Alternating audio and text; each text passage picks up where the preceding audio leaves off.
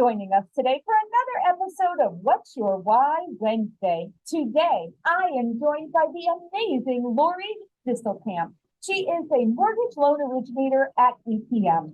Lori, thank you so much for joining us today.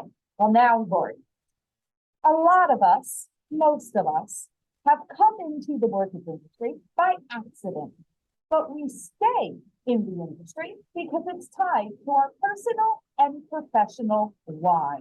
At this moment, I would love to hear, what is your why?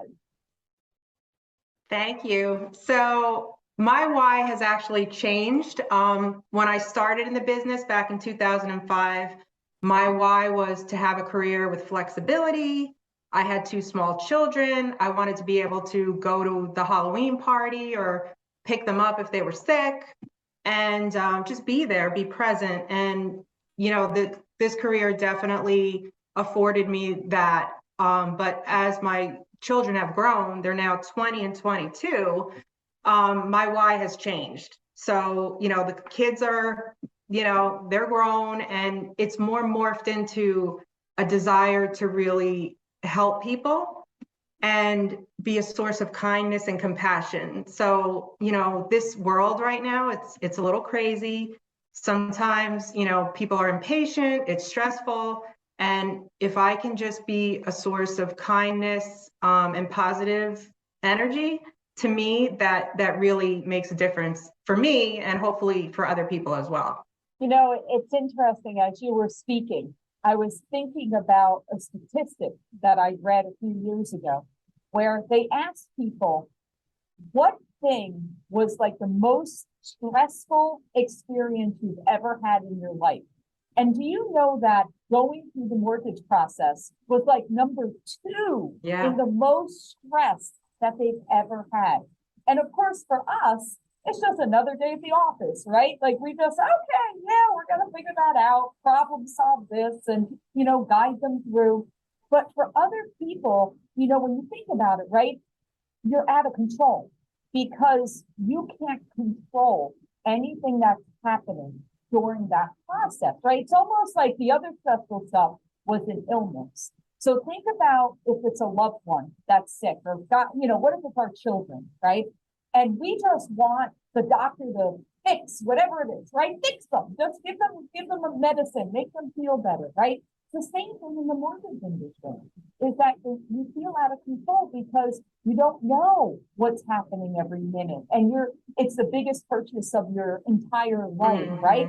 So that leads me to my second question.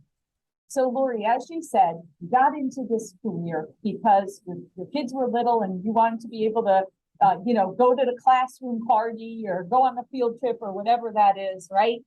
But then over time, it morphed. Tell us, give us one of those special stories, and I'm sure you have tons of them, but give us one of those special stories where you realize the impact that you have on the world by the work that you do. Yeah, I actually was having trouble picking one just because there's been a lot of situations where I felt that the work that as a loan officer we really can touch a lot of people. I had a client come referred to me by a realtor. She had been turned down and disappointed by other lenders. And, you know, this particular woman had a hard life. She shared with me that she lost both her son and her mother in a short period of time. And she had kind of a troubled past, and she was working to change her life, and she wanted to buy a home for the first time.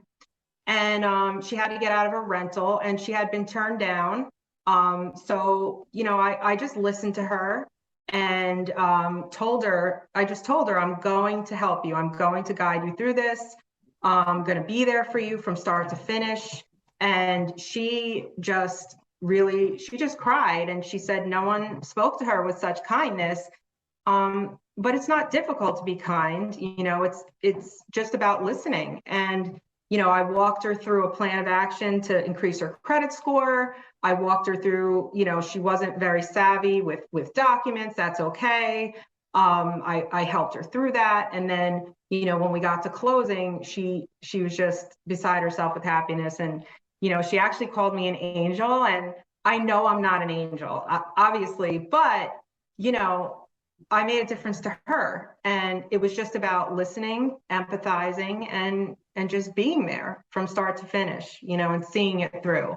And it made a difference to her, and it also made a difference to the realtor, who just felt, you know, just, you know, he said he felt inspired by it. So yeah, that's just, you know, one example. Well, Yeah. you were her angel because you were the person that took the time to listen and guide and be there for her.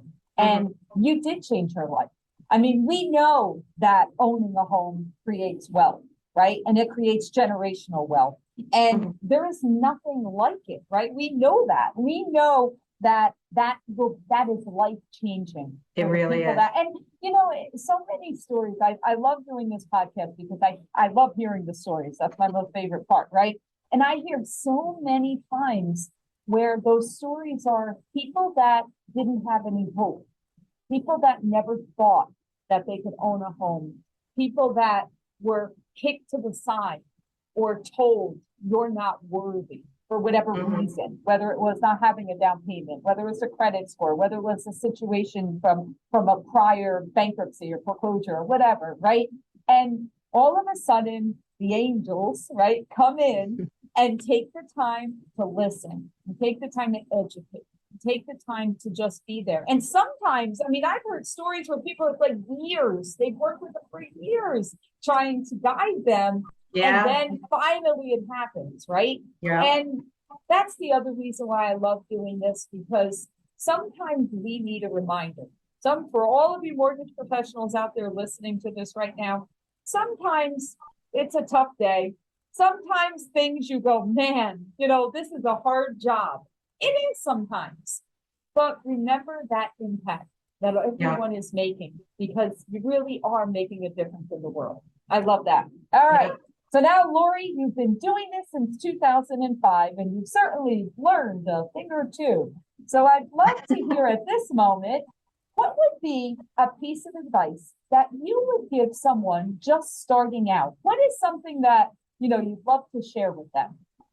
Well, you know, what I did was I tried to learn as much as I could from other successful loan officers. You know, I would kind of like pick and choose the things that I thought I could do, because, you know, not everything that one loan officer does would work for me, but I kind of just picked and chose what would work for me and play to my own strengths. So I would say, you know, shadow a successful loan officer or two, ask questions, you know, play to your own strengths.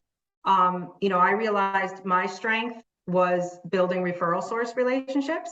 So I kind of dove into that and try to stay in front of the realtors that I wanted to work with as much as possible, you know, by joining groups like, you know, the Women's Council of Realtors, the local board of realtors, networking events, sponsoring broker open houses, volunteering, and just staying in front of people. And, you know, even when the pandemic hit, staying in front of people meant just picking up the phone and calling them. So, and then from there, you know, it's all about being competent, consistent, and just doing the best job you can consistently with honesty and integrity, and it'll all come. I think that's great advice. And you are right. Like, how hang out with get mentors, or go with different types of people, because you're going to learn different things from those different people, right? So even if you've got that one person, go beyond that and take little things from each of them and then apply it to how you do business and how you approach things, right? And I'm still learning. Oh, we all do. Yeah, right? We still all, learning every day.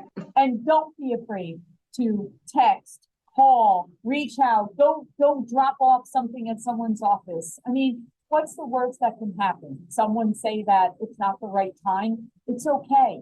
Go back the next time.